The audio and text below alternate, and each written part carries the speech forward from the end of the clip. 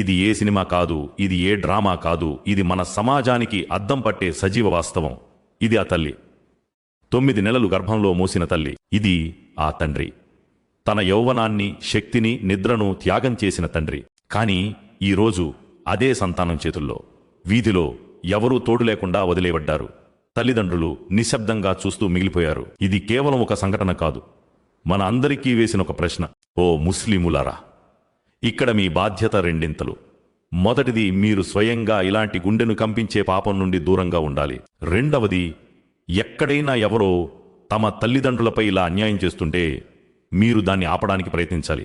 ఎందుకంటే మీ దగ్గర ఖురాన్ మరియు సహీ హదీస్ రూపంలో సంపూర్ణ జీవన విధానం ఉంది.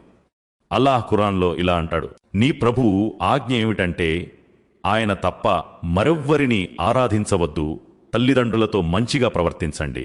వారిలో ఒకరు లేదా ఇద్దరు వృద్ధాప్యానికి చేరితే వారికి ఉఫ్ అని కూడా అనకండి, వారిని మందలించకండి, వారితో గౌరవంగా మృదువుగా మాట్లాడండి. సూర 17 ఆయత్ 23.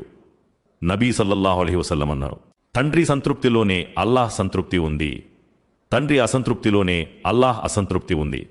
తిర్మిజీ.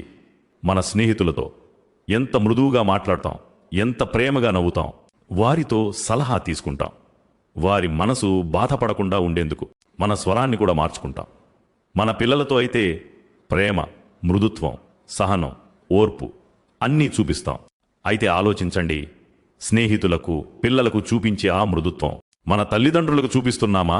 అత్యంత ఎక్కువగా, అత్యంత పెద్ద హక్కుదారులు మన తల్లిదండ్రులే. ప్రేమకు, నవ్వుకు, మృదుత్వానికి మరియు గౌరవానికి. నబీ కరీం సల్లల్లాహు అలైహి వసల్లం నువ్వు అడిగారు, మంచి ప్రవర్తనకు అత్యంత అర్హుడెవరు? ఆయన సల్లల్లాహు అలైహి వసల్లం అన్నారు, నీ తల్లి. మళ్ళీ అన్నారు, నీ తల్లి. మళ్ళీ అన్నారు, నీ తల్లి. తర్వాత అన్నారు, తర్వాత నీ తండ్రి.